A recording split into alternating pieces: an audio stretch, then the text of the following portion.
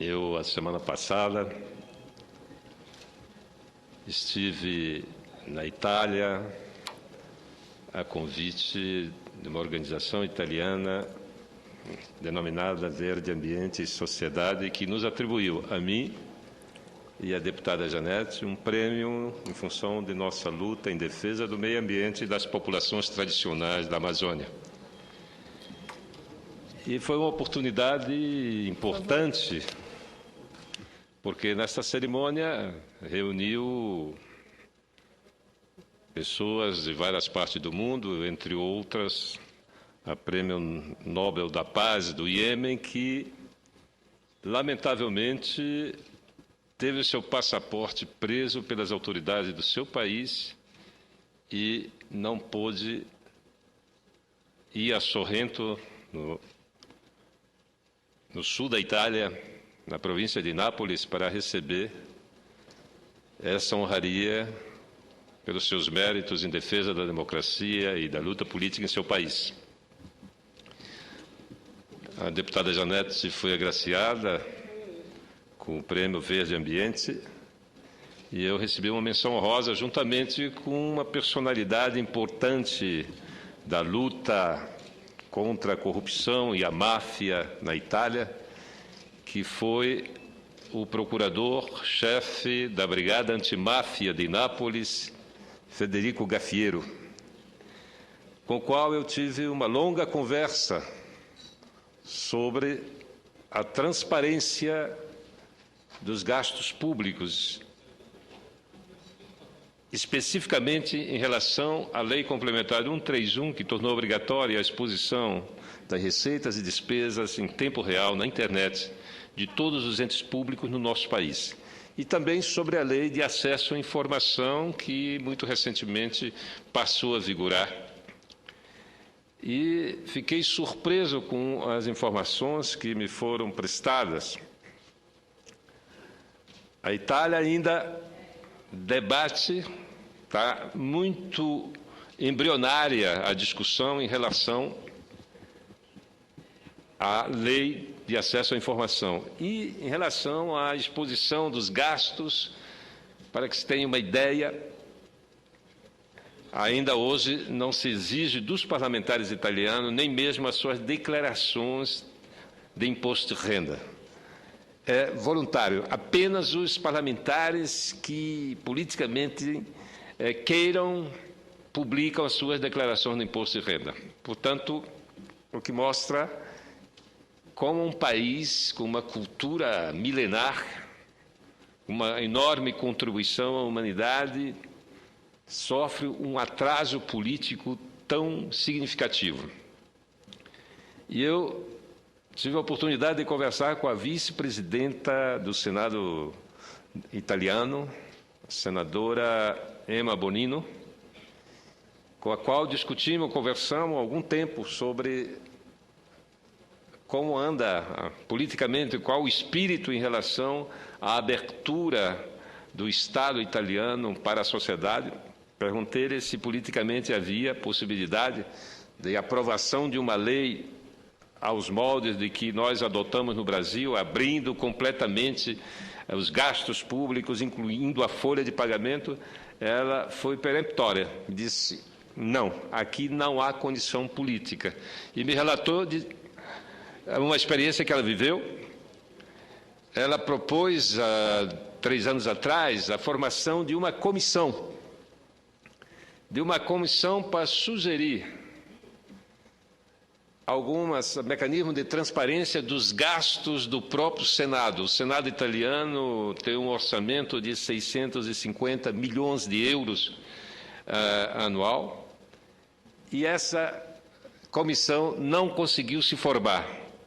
Tal a indisposição em relação a uma política de transparência na Itália.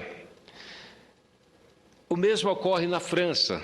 A França, todavia, não dispõe de uma lei de acesso à informação e está em debate, está em discussão, muito menos leis obrigando a exposição dos gastos públicos. E algumas províncias e algumas prefeituras existem iniciativas locais, tornando os gastos absolutamente claros.